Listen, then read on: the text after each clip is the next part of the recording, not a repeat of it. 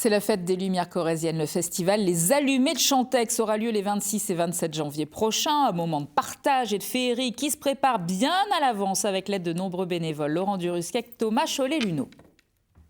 Dans les mains de Grégoire, des branches d'osier. Celui que je te tiens, là, tu le casses, tu le passes sur les deux brins et tu tends bien, tu tends. Ce matin, comme les 12 autres participants, le jeune garçon découvre la vannerie. Pas simple.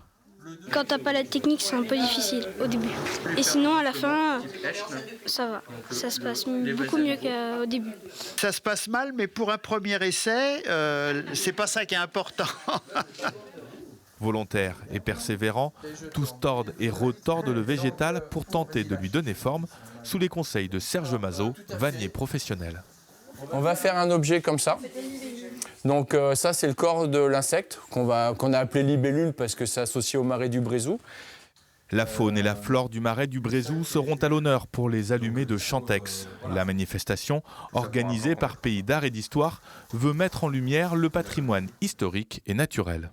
Ici, on a une installation par rapport au marais du Brézou, le marais qu'on va faire de manière lumineuse et qu'on va mettre dans l'église. Donc là, on a représenté la végétation. Des installations à découvrir un peu partout dans la commune. Voilà, donc ici c'est une ancienne forge et dans l'ancienne forge on va installer un petit théâtre d'ombre. Ça permettra d'expliquer comment elle fonctionnait.